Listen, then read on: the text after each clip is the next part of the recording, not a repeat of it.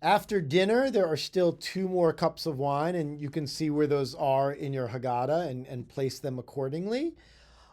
But just after the third cup of wine is when we talk about Elijah.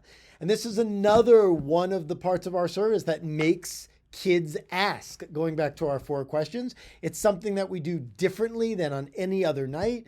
We pour a cup of wine and we literally let Elijah into our house. And, kids and adults kind of look at the wine to see if the level's going down, if Elijah's drinking it. And as I've talked about before, Elijah is in the way what Judaism teaches is that Elijah announces the coming of the Messiah. And so any mention of Elijah usually goes along with the hope for a better future. And ritually, we talk about Elijah three times. Passover, of course, a baby naming is the other. And the third actually happens much more frequently because it's Havdalah, when Shabbat ends.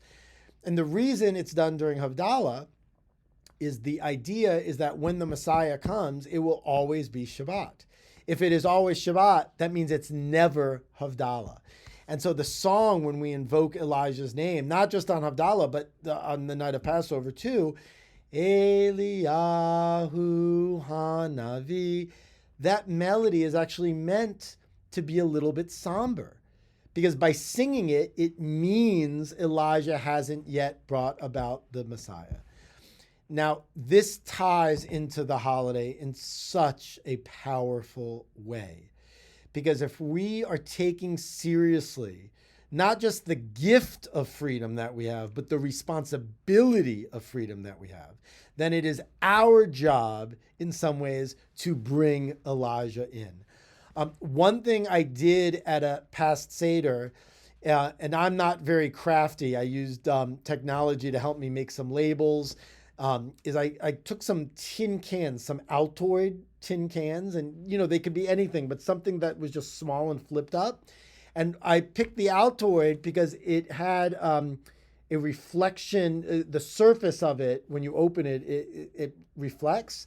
And then I bought at Michael's like tiny, tiny mirrors that you could tape inside. And I don't know that I still have the poem that I wrote, but the idea was that everyone got this gift, this Altoid box. It didn't say Altoids on it, of course, because I had it colored in a different way. And on the outside, it said Elijah inside. And then everyone opened it up, and it was a mirror. And then we talked about how each of us has the responsibility to help bring about, quote unquote, the Messiah. Or as a book that I've read says, there is no Messiah and you're it. And that, for me, is the central theme of Passover.